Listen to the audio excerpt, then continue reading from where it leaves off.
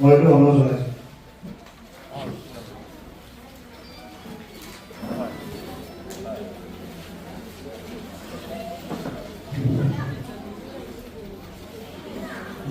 ভৈৰৱ দেউৰী ডাঙৰীয়াই দেউৰী কাউন্সিলৰ কি কৰি আছে, পৰিকল্পনা কি, এই বিষয়বিলাক দীঘলীয়াকৈ কৈছে।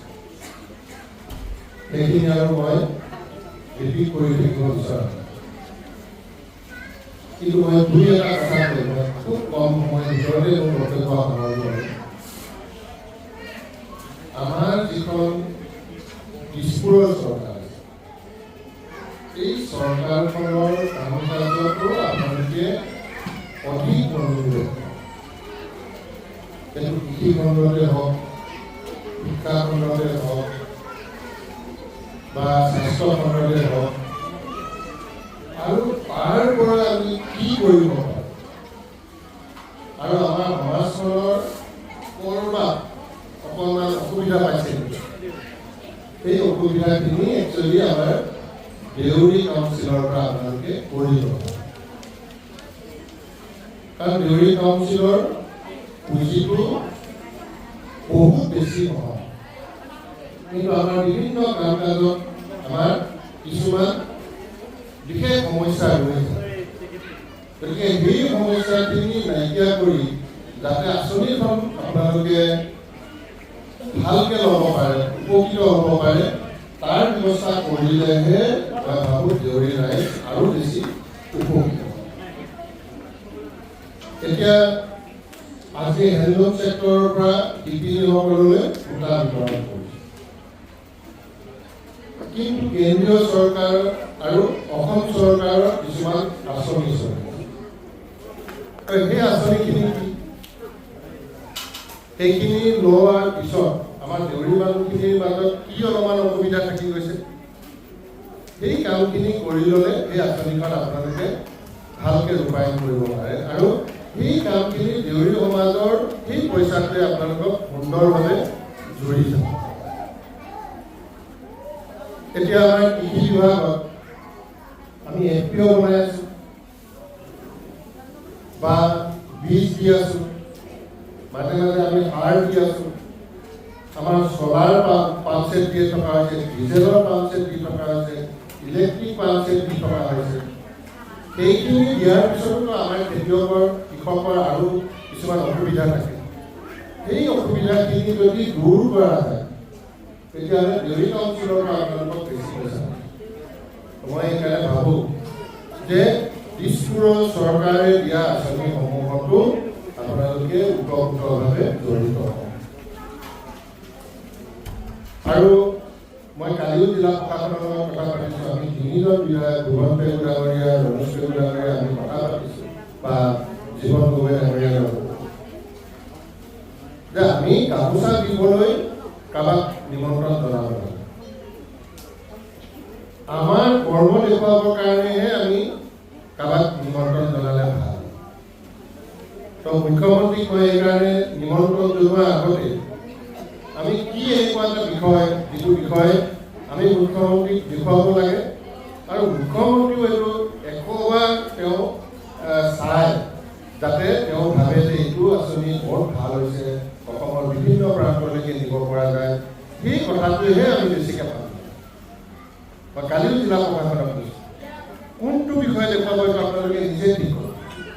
আৰু আমি পঞ্চায়তৰ প্ৰতিনিধি, কাউন্সিলৰ প্ৰতিনিধি, বিধায়ক, মন্ত্ৰী, সাংসদ, আমি ফিল্ডত থাকিম, যাতে মুখ্যমন্ত্ৰীকো আমি আমাৰ জিলাখনৰ কৰ্মৰাজি আমি দেখুৱাব বা ৰাজ্য চৰকাৰে লোৱা আঁচনিখিনিৰ জৰিয়তে ইয়াত কিমান ৰাইজ উপকৃত হৈছে, কাৰণ আমি আঁচনিৰ বাহিৰত গৈও বহুত বেছি চিন্তা কৰিব নোৱাৰোঁ। গতিকে আঁচনি তেওঁলোকে লৈছে, আমি কিমান সফল ৰূপায়ণ কৰি দেখুৱাব পাৰিছোঁ।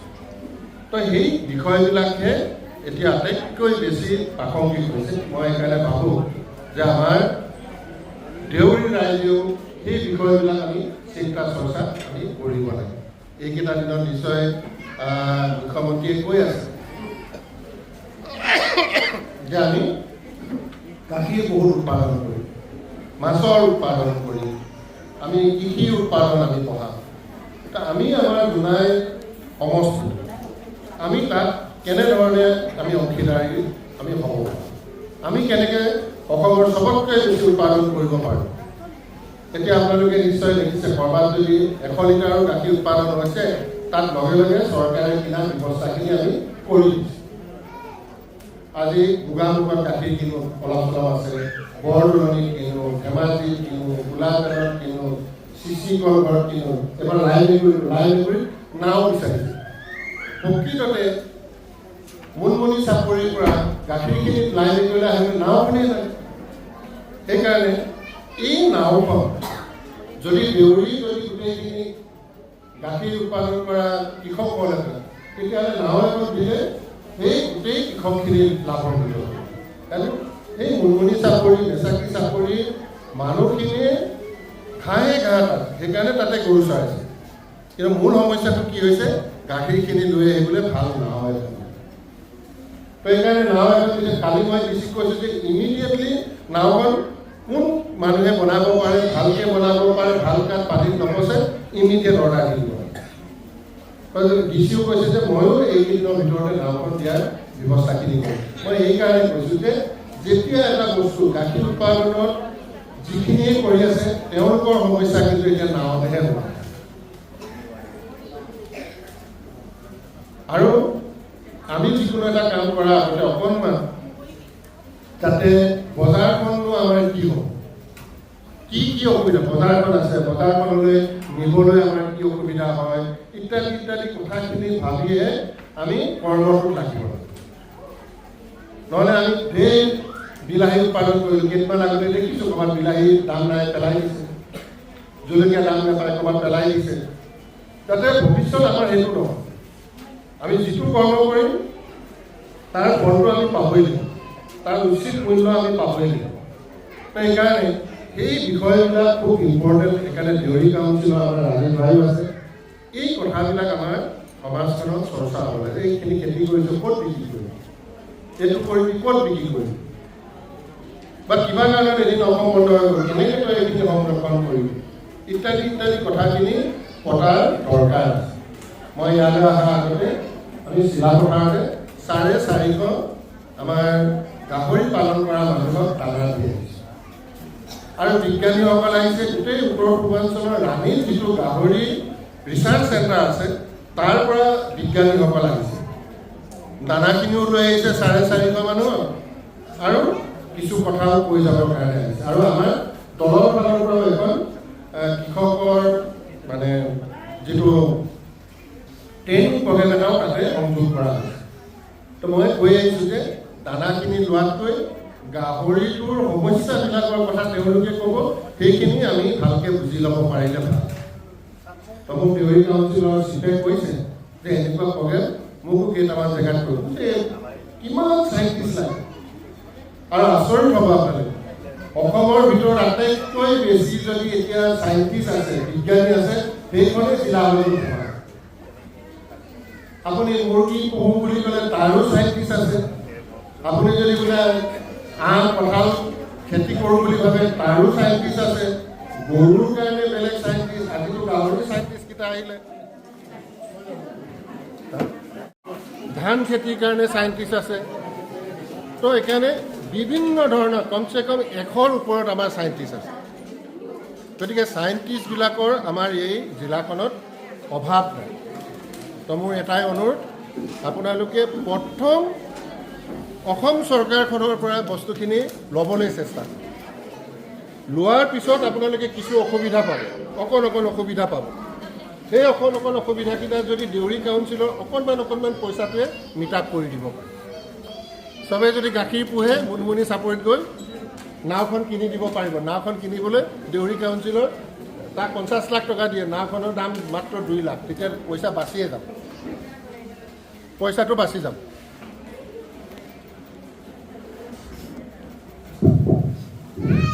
তেতিয়া আমাৰ পইচাটো বাচি যায় ঠিক তেনেধৰণে চবেই যদি ধান খেতিটো কৰে সৰিয়হৰ কাৰণে যদি এটা মিল লাগে মিল এটা 5 লাখ টকা বঢ়াই দিব পাৰে তো এইকাৰণে এই কথাকেইটাকে আপোনালোকৰ আগত দাঙি ধৰিলোঁ আৰু এইবাৰ সামগ্ৰিকভাৱে আমাৰ জিলাখনৰ কেইটামান বিষয় আমি 23 তাৰিখে মিটিং ৰাখিছোঁ।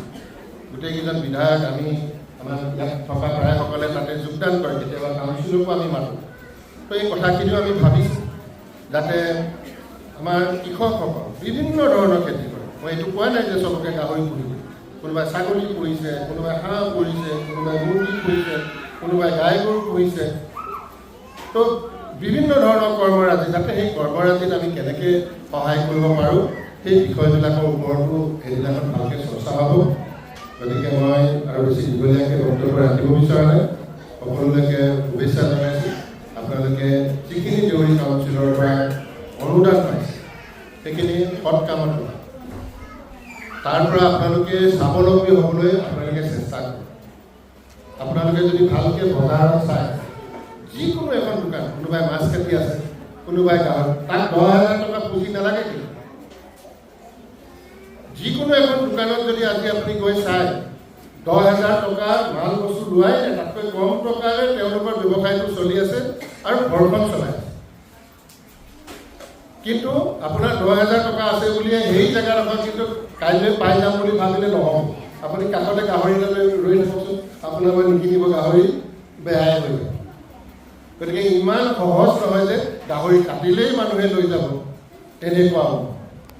আৰু এতিয়া চবতকৈ ভাল হৈছে আজিকালি পেলনীয়া বস্তু বুলি নাই। আগতে ব্ৰইলাৰ কাটিলে বুলি ক'লে আমি ওচৰে পাজৰে ঠেংবিলাক দেখি থাকোঁ, য'তে ত'তে পেলাই দিয়ে। এতিয়াতো ঠেংকেইটাও নেপেলায়, পূৰা গাহৰি লৈ 1 কেজি হিচাপত কিনি লৈ যায়। গাহৰি এবাৰ খুৱাই দিলে ডাঙৰ হৈ যায় বেছি। মাছৰ মাথাকেইটাও, মাছৰ পেটুকেইটাও নেপেলায়। সেইকাৰণে আজিকালি পেলনীয়া বস্তুটোও নাই, ভাল হৈছে, চব বস্তু ব্যৱহাৰ হৈছে।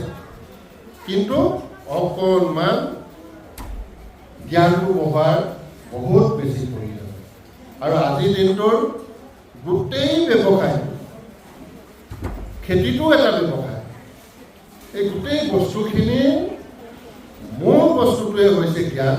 তো সেইকাৰণে যিকোনো এটা কাম কৰাৰ আগতে আপোনালোকে অকণমান সেই বস্তুখিনি আয়ত্ব কৰিবলৈ চাব। বজাৰখন হ'বনে নাই, বেয়া হ'লে মই কি কৰিম, এইটো হ'লে কি কৰিম।